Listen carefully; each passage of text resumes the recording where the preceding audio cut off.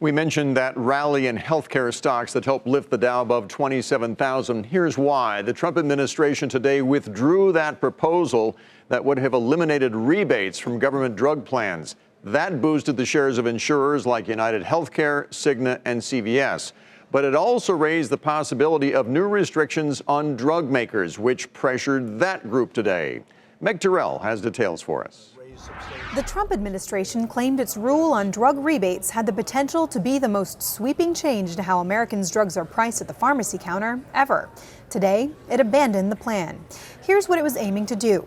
For Medicare insurance plans, beneficiaries pay both a monthly premium and, when they get a prescription, they pay an out-of-pocket cost at the pharmacy counter. So how is it determined how much they pay for their medicines? Well, the drug company sets a list price, and pharmacy benefits managers then negotiate a rebate on that drug. But insurance copays for drugs are often based on the list price, not the price after the rebate. Right now, the PBMs and insurance companies take that rebate and spread it across their plan beneficiaries to lower premiums for everyone. What the Trump administration rule sought to do was instead apply those rebates directly to the price of drugs at the pharmacy counter. So the patient being prescribed the drug could pay a lower price at the pharmacy.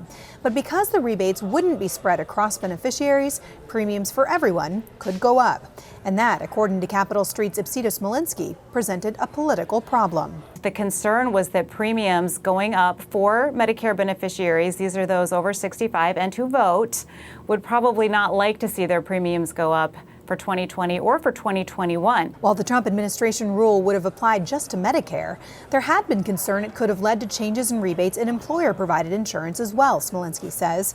And in those commercial plans, rebates contribute hundreds of millions of dollars in profit to pharmacy benefits managers, according to Leerink.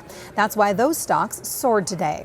But drug company stocks sank. That's because Trump's not expected to give up on the issue of drug prices and may in fact double down on efforts that could hit pharma's bottom line. Investors now are trying to parse comments the president made last week about a most favored nation clause. For years and years, other nations paid less for drugs than we do, sometimes by 60, 70%. We're going to be, and we're working on it right now, we're working on a favored nations clause where we pay whatever the lowest nation's price is. Why should other nations, like Canada, but why should other nations pay much less than us? A source close to the administration tells me that's how the White House refers to a rule it's already proposed, tying the prices of some Medicare drugs to an international average. Trump said yesterday another announcement on drug prices is expected this week. For Nightly Business Report, I'm Meg Tirrell.